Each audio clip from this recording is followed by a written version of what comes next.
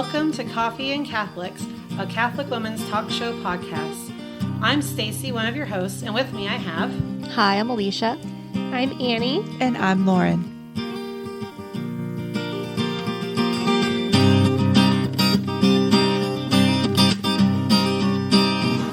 Hello, and welcome to Coffee and Catholics. Last episode, we looked at Catholic social teaching themes 1 through 4, and this week we're going to continue that discussion by looking at themes 5, 6, and 7.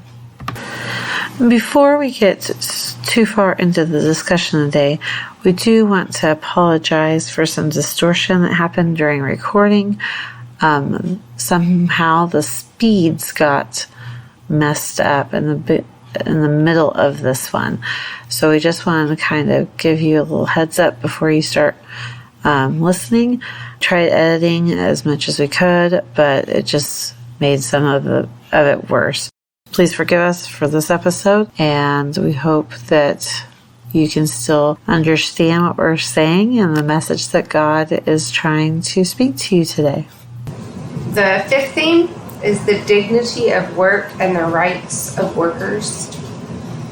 The economy must serve people, not the other way around.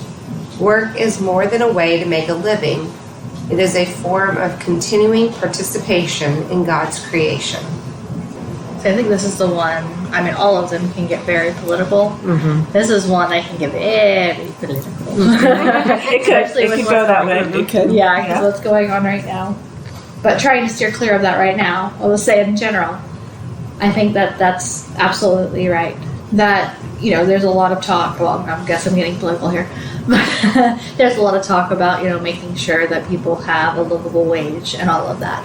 And then there's also talk about, people not necessarily needing to work and then just kind of being given to them. When thinking about the dignity of the worker and the rights of the workers, it was a few years ago, I watched a documentary about the chocolate industry. And it was one of the saddest documentaries I've ever seen in my entire life. Children being sold or kidnapped and brought to these cocoa farms in certain parts of Africa and made to work and, slave labor. And it didn't go into exactly how they were necessarily, specifically treated on these farms, but the idea was that they're not being treated well, obviously. But from that, it was... For me, it took a little while to get over my selfishness and wanting my chocolate bars. But eventually I stopped eating chocolate and I started going solely for the fair trade chocolate. And there's many other things that you can go into, from the diamond industry and the clothing industry and all the industries, really. You can look at different areas where around the world people aren't being treated the way that they ought to be treated by the governments or by the companies or by whatever else. And so for me, that is a really big one. Here in the United States, we're able to just go to the store and we're able to pick up whatever, and we don't really know where it comes from. But for me, really delving into where is this sourced from and what goes into this and how are people being treated. Mm-hmm. And obviously, there's so many things in life. I don't know that you can necessarily account for every single little thing, but for me, that's a big part of maybe this is getting a little too detailed, but I typically only buy consignment in clothing because of the things that go on in the clothing industry, unless I need to buy new for underwear or something like that. Diamonds are not a thing that I get. Different things like that, I don't know. But anyways, that's not to try to toot my own horn or anything or say oh, look what I'm doing to help people rob or anything like that. It's just to shine a light on there are certain things going on in these industries that I think that need to be taken notice of. And a lot of the time they're ignored, and it's easy to ignore them, especially when you're a world away. But talking about going back to talking about the call to family, community, and participation or whatever, looking at the political lens or whatever, and even looking at ministries or organizations that help people all over the world, and human rights abuses and things like that. I think that's a big thing to look at, is how people are being treated in these industries. Well, and I don't see that as tooting your own horn or anything. I see this as giving people practical things that they can do if they weren't really sure how they could help globally. Well, you can't do everything. Again, you can't go and source everything. But there are small things you can do. Shop consignment. buy free trade coffee and chocolates, and sometimes they can cost more. And so then we get into sacrifice. Like, is it worth? Is your chocolate worth extra money, or is it? If it's not, then you have to sacrifice. Do you stop? Buying chocolate? And there's some sort of sacrifice happening there. Either you're giving up your chocolate, or you are spending the extra money on the free trade stuff. So I see that as like practical things that people can start looking at. Like, pick 1, 2 things in your life that I'm going to see how much I can participate globally by just changing this 1 or 2 things that I do every day. And from a spiritual aspect, taking a regular, humble, and candid look at your consumption, and what you're consuming, how much of it, when, and where it comes from is a spiritual practice. Moderation goes hand in hand with that. I think with this conversation, we should, moderation and looking at the way we are consuming commodities and how that, in effect, in some cases, commodifies. That's even a word. Makes a commodity of human beings. So it's one of those things that we have to check ourselves spiritually, lest we become a stumbling block to a little one. Like you said, things like this, they may not make a huge dent, but if that's what the Lord is calling you to do, and it is to participate in these efforts, to bring awareness, and in your own life to curb your consumption in order to participate in a more dignified operation, like the operations that you mentioned. I think it's a really good spiritual practice when you're looking at it, when you pull away and you use that global lens to see, is what I'm consuming supporting the dignity of workers and the dignity of the human person in the work that God has given him. Yeah, and I will say too that if it's something that you've understood where what's going on in the dinosaur industry or the clothing or the chocolate or whatever, and you choose to consume those products anyways, I think there is something to be said about culpability there. You're not the one enslaving children. Sure. You're not the one poisoning these families drinking water through the through the facilities that are making these certain items for sale. So I don't want to say that I'm saying that if you consume regular chocolate, or if you go to Old Navy or somewhere, in a department store and you buy something new, then that means that you're a horrible person, and you're not, all of that. I think all in different places in our lives, we all know certain things or not, and we kind of weigh the options, like we were talking about, Stacey. Where do I want to sacrifice? What makes sense for me? Pray about it, and all of that. And so, I think that has to do with companies also donate to organizations that maybe as a church we don't agree with too, because there have been some things that I think everybody kind of knows what I'm talking about. I'm trying not to say new brands, but there are companies out there that donate to certain places and certain organizations that we as Catholics do not agree with. But just because you buy something there doesn't make you a horrible person. And so, or just because you buy something doesn't make you but it also doesn't make you a fanatic for choosing not to go there. Does that make sense? I have many friends who have chosen to not shop at places that I shop at, and I respect their ability to do that. I just haven't come to that part of my journey, or maybe that's just not part of my journey. There's just only so much we can avoid living in the world, and some of us are better at avoiding some things than some of the rest of us. And so our point isn't that this is good and this is bad. Our point is if there's one thing that you can do to make something different, choose that one thing. Don't try to do all the things, because then you're going to be stressed out and but. Well, and just real quick too, you're talking about making a person a commodity, it automatically makes me think of the sex industry. Oh yeah, yes. And talking about dignity of workers, because I know there's a lot of feminism, I don't know if you call it New Age feminism or what, but that if a woman wants to do it and this is the way that she wants to do it, then she's allowed to, and you can't say anything about it. Saying that she shouldn't do that is really degrading to her. So looking at it from a Catholic lens and saying, well, we are body and soul composites. We have dignity and we ought to, respect that, and Well, the way that we respect it, what you're saying is to not participate in things where a woman, whether of her own volition or not, is violating her own dignity. Mm-hmm. Yeah. As Catholics, our witness is we don't consume products out of the sex industry, and we are loud and vocal about that because of the way that women are commodified in that industry. We don't participate in it, and we speak out against it, because whether she's violating her own dignity or someone else is violating her own dignity, it's a complete abruption of anything that is good or beautiful or true or good for human beings. It is in fact slavery. And I think that a lot of times, I don't want to get too much on a tangent. We can talk about it in another episode sometime, but the feminists that are using that are trying to talk about how the woman's body is beautiful, and so they take this truth and they kind of gets twisted around a little bit, because we talked about in previous podcasts, we talked about body image. Our bodies are beautiful, and there's nothing wrong with our bodies, but then we want to still show our body's dignity and respect just like we would anybody else's. So I think that's where some of that gets a little lost in translation. Because when people say, oh, that Catholics say they're prudish.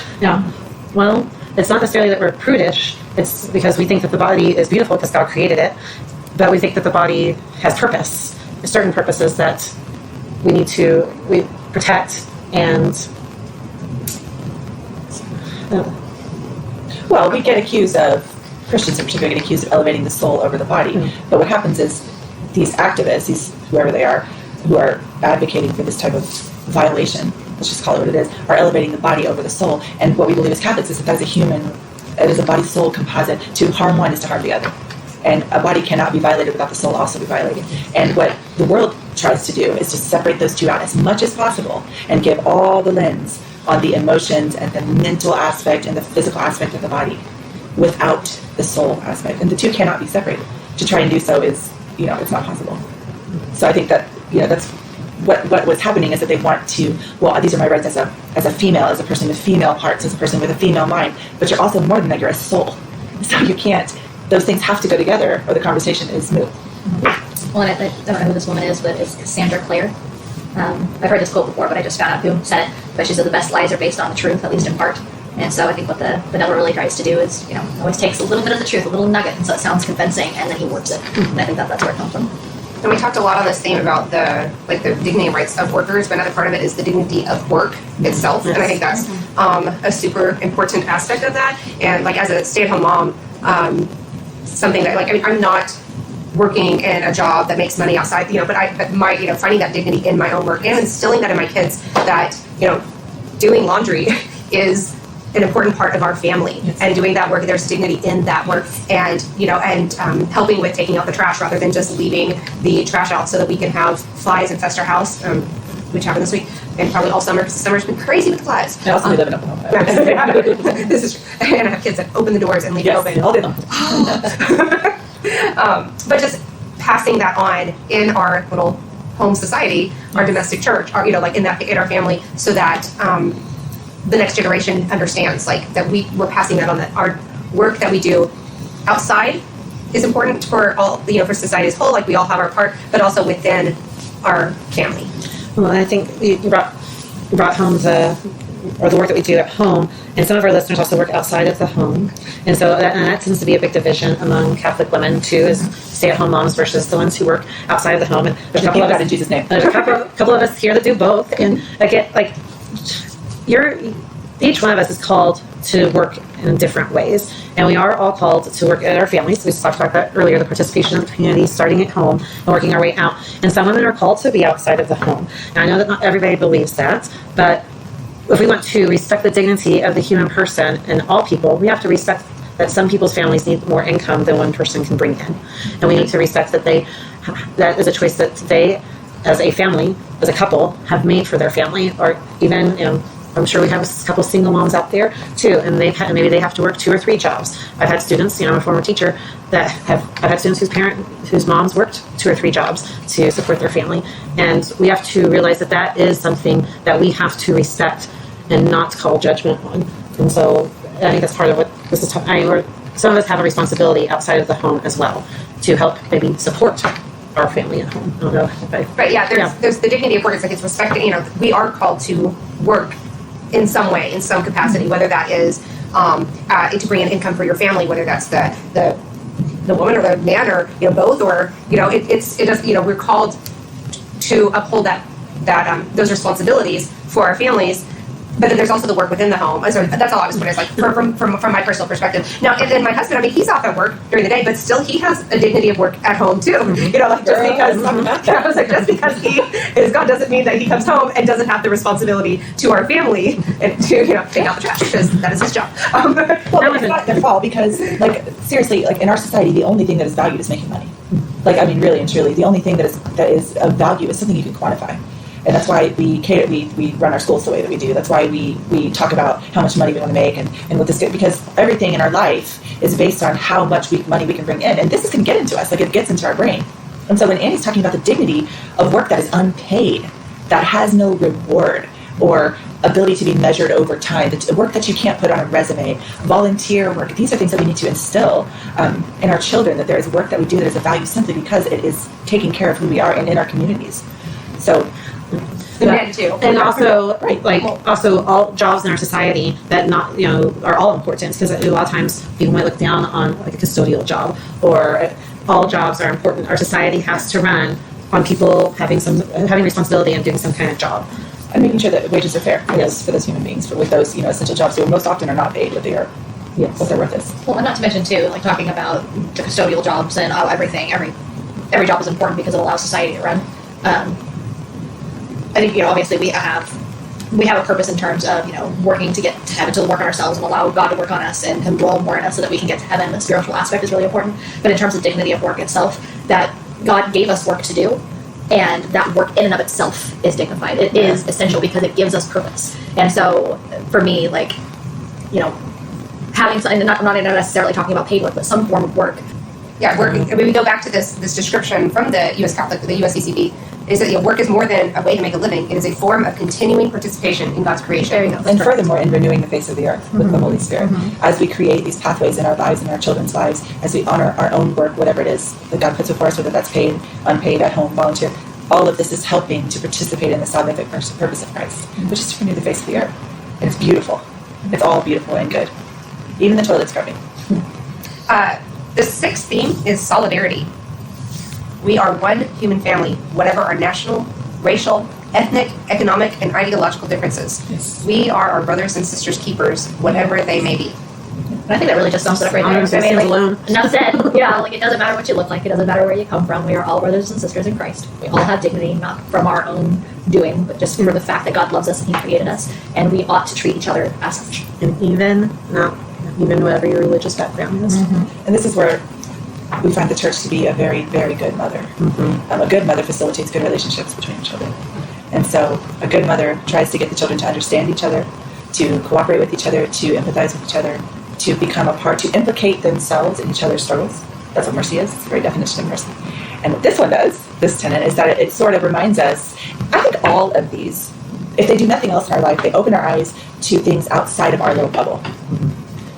Because this doesn't, like I said before, it doesn't make a whole lot of sense until you look at this global church that we're part of, this global brotherhood and sisterhood. And then a lot of these things take on a much more obvious importance.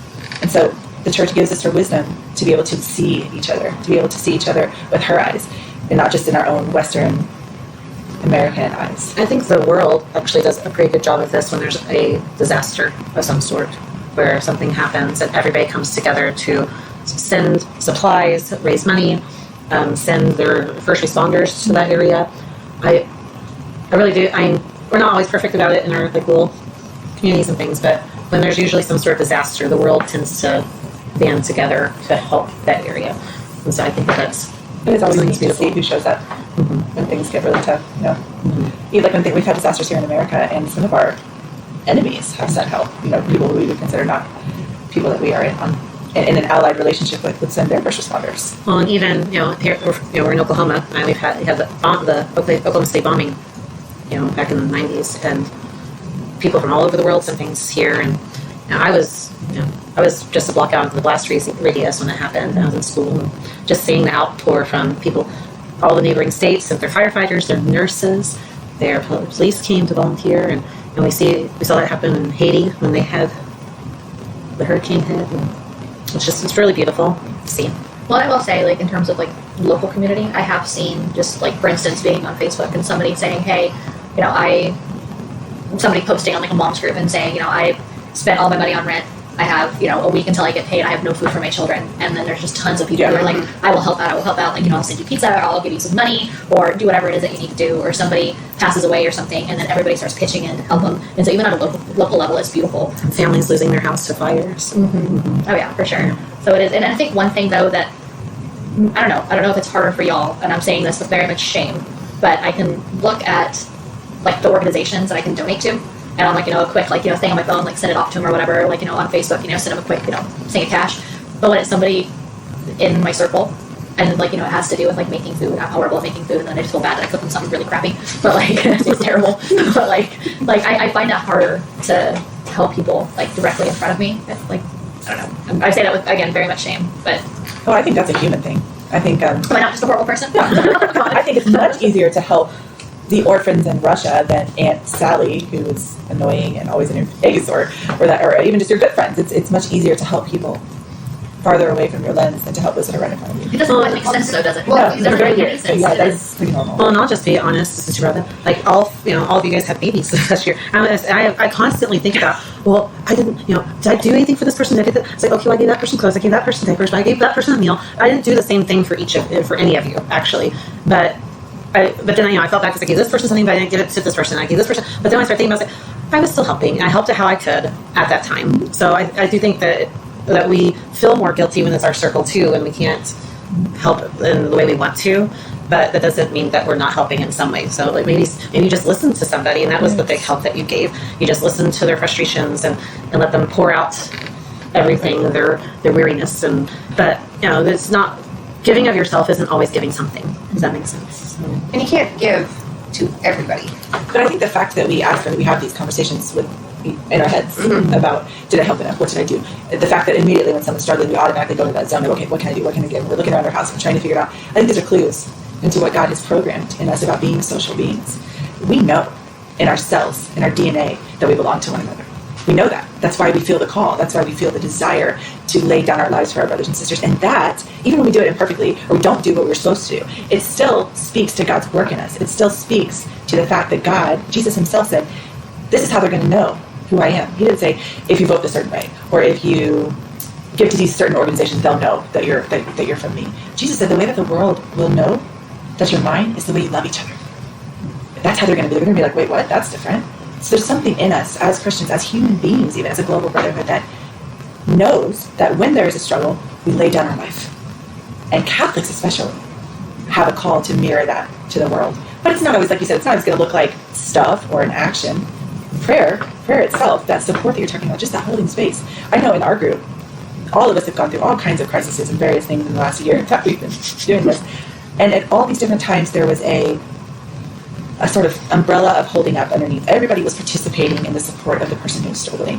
They were thinking of them. They were asking questions. They were following up. They were checking on them. And there's just these little communities that we build with each other give us windows into what we should be doing. And I think that's what we're supposed to be doing, is building these little communities everywhere we are, where we're supporting each other. And then the world says, oh wow, that's different. They're really like going all out to support each other. But that's the design. And compassion means to suffer with. I mean, when we're talking about having solidarity with our brothers and sisters in Christ, I mean, we are one body. Our church, this church is one body, and when one part of that body suffers, we all, are to suffer with them and to bring, if that is bringing aid in some way, like that we can, or that that may be it, but it also just may be to suffer, to pray, The mystical aspect of it. Yeah. Mother Teresa used to talk about this. I loved this. She used to say that when she couldn't go to be with someone or a community that was suffering, she would close her eyes and send her heart, her spirit, to fly over that person and just hover there and pray over them and lay hands on them. And I thought that was so beautiful. Like, that we are so deeply connected. Like, we tonight, there are Christians that are literally living in fear for their lives in Afghanistan. You want to talk about persecution? That's persecution. There's been a whole lot of talk about persecution in this country, and last year, religious persecution. That is persecution. But we can go there spiritually. We can go there in our hearts and hover over those people and pray over them. And I really, truly believe that that's not make-believe. I really believe the Holy Spirit inspires that, empowers that, and gives breath to that and sends comfort to those people. Well, I think that also goes back to what you were saying earlier about we're programmed a certain way. And that's why when we know somebody's hurting, they're on our minds. We think about them. We don't always know what to do, but they're on our hearts, they're on our minds, they're in our prayers. And sometimes, worry's the wrong word, but they're constantly with us in those when they're having hard times. And even though we don't know what to do, we feel that way because they are a part of us.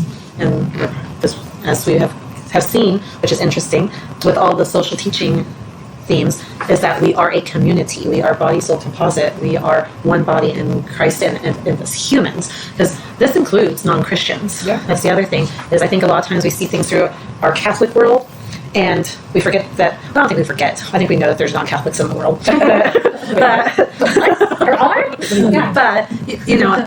they're included in this body. And I think that's one reason why we talk about evangelization and things like that too, because we want the body to be whole again. We want everybody to be working towards heaven together, working towards God.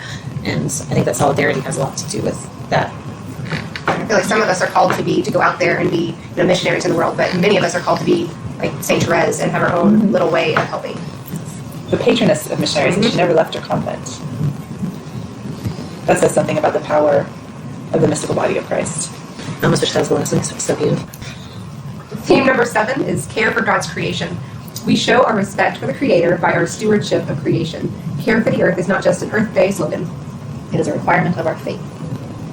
Yeah, I would agree that it's a requirement of our faith. And again, this is one that, again, can get very political, especially right now, because there's a lot going on with, like global warming and Drilling. Yeah, all of that kind of stuff. And there's a lot of division and a lot of heated debates and such like that. But kind of taking away the specific political applications of all of that, I do think that it is a requirement of our faith because God gave us his good, and he created the world in 6 days. 7th day he looked at it and said, it is good, and it is a gift to us that he gives us. And so what we do with it is really it's really a way of showing God either respect or showing disrespect for what it is that he's created and for his creativity, I guess. Well, to be honest, this is the one that we do the worst job at catechizing about, which is probably why the Holy Father wrote the entire encyclical about taking care of you, because no one was talking about it, and no one's doing a very good job.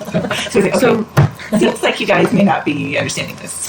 Yeah, I remember a while back I started putting all of my raw meats in glass jars because I was trying to find a way to reduce consumption, and I got made so much fun of. Oh my gosh, people were just making fun of me left and right when they heard about it. And felt like a tree hugger, and I'm like, yeah.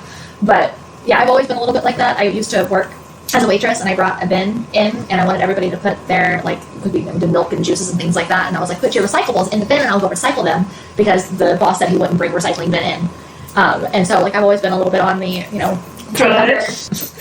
Pope Benedict XVI in Charity and Truth said, "On this earth there is room for everyone.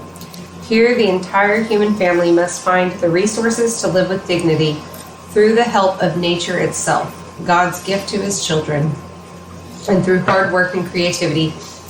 At the same time, we must recognize our grave duty to hand the earth on to future generations in such a condition that they too can worthily inhabit it and continue to cultivate it." Somebody who likes meteorology and climatology, I can get into a lot of sciencey stuff that I won't hear, but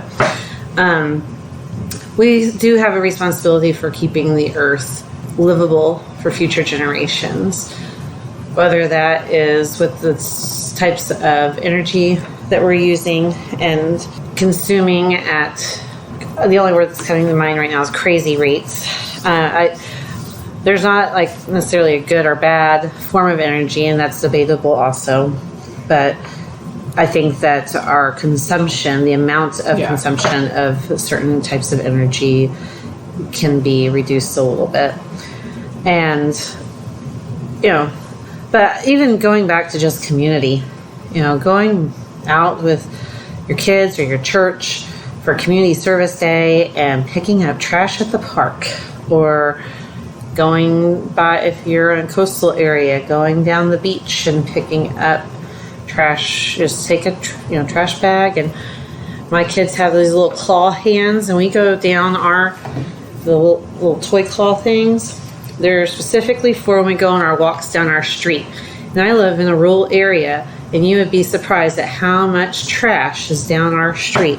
I think we fill 2 trash bags almost every time we go for a walk. And just doing, small things. We can't change everything, but our actions are, again, a reflection of our views of the world. So if we're going out there and picking up trash, we're telling others we care enough to pick up some things, and maybe they'll go, that's a good idea, and they'll try it. We go camping with our kids, and one of the rules of going to our campsite, when we leave it looking better than when you got there. And sometimes that's a lot harder than other places, because there have been places where it was pretty bad. But just respecting that this earth we're not the only ones on it, and that it does need to be passed down to other generations. And that God created us to be, or gave us the earth to be, to be good stewards. He, created the garden for Adam and Eve and told them to, take care of it. And that's what we need to keep up with. I mean, even if you look at animal husbandry, a lot of times, people don't think about what goes into raising livestock. But a rancher does not just have a whole bunch of cows or a bunch of sheep or whatever animal they're raising. There are good practices for raising healthy animals that will be good for later consumption. So yes, we may be eating the products of their work, but at the same time, they have to treat those animals with some respect, and so that they can produce a good product in the end that is healthy for consumption by other humans.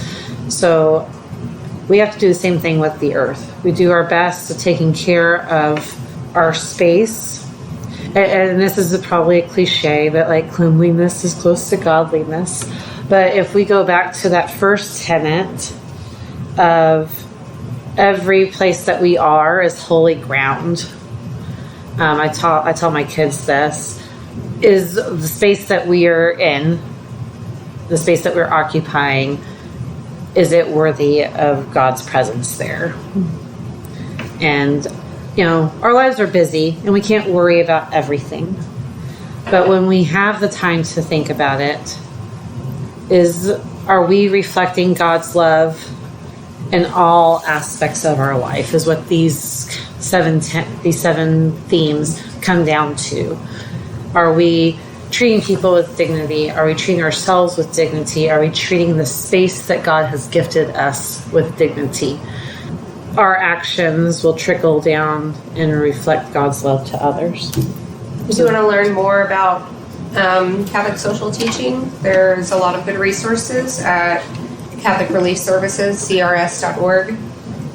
There's some great discussion guides on each of the themes, and there are reflection points, quotes from scripture, and saints and popes and different encyclicals and things to kind of guide you. And as always, thank you for joining us. Thanks. Thank you. Join us again in 2 weeks. Until then, may God bless you and may Mary accompany you.